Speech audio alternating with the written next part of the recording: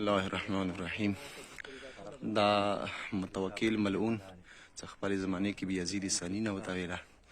د دوره ظلمونه وکړل څه یزید ظلمونه خلکو نه په ویر شول.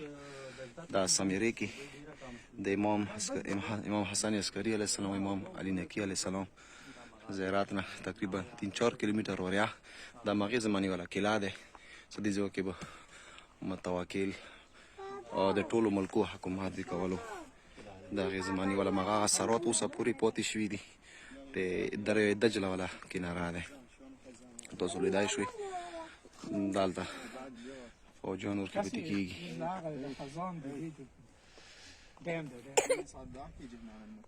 يعني قبل كان ماكو ماي هناك؟ لا اكو. اي نعم. الله اكبر.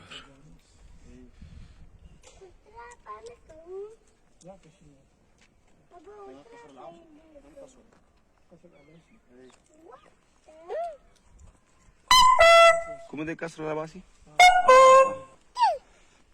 دا ابن عباس والا کلا ده کومه اخیری رسیه تاسو کې روانم.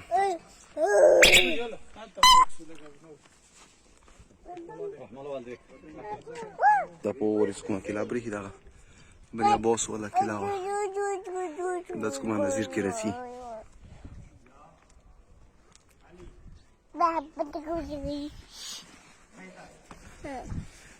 رحم الله والديكم يا حسين. لعنة الله على المتوكل.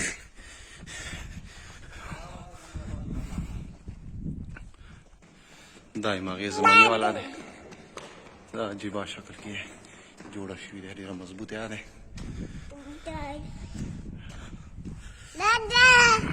یا حسین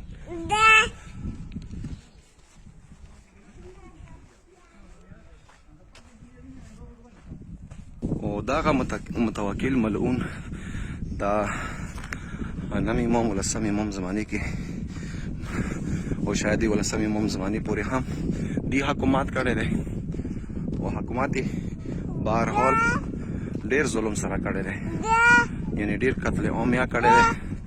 او خصوصا امام هدي علیه السلام لسم اولاد کوم زهر میلاو شوي دي هغه هندي سازش سره د مخامخ دا زندان دی د لسم امام څندي زندان کې لسم اولا بندي کړی و. دا مغې زمانې والا اثرات دي.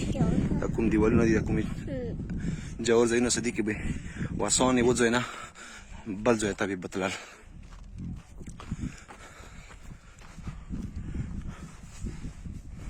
کوم سپیان کوم تیراندازي والا کوم کسانو څخه غشي به شړل هغه به خپل ځای کې مخصوص ځایو کې به ودرول. یعنی دغه ځایونه به ټولو ملکو حکومت به کولو. اکیلی والا نظاره ده.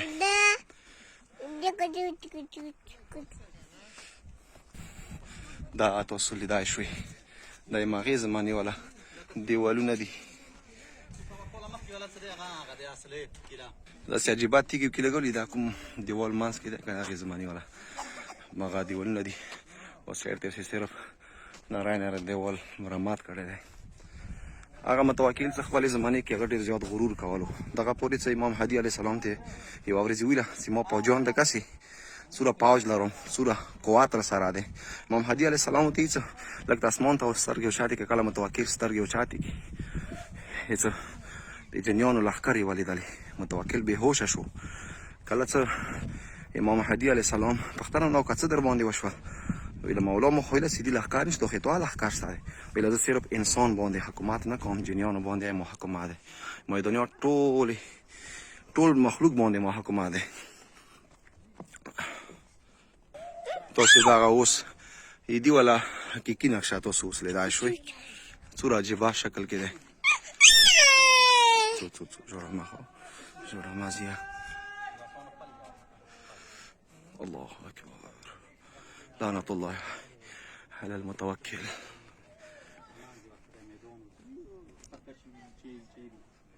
يا الله يا الله.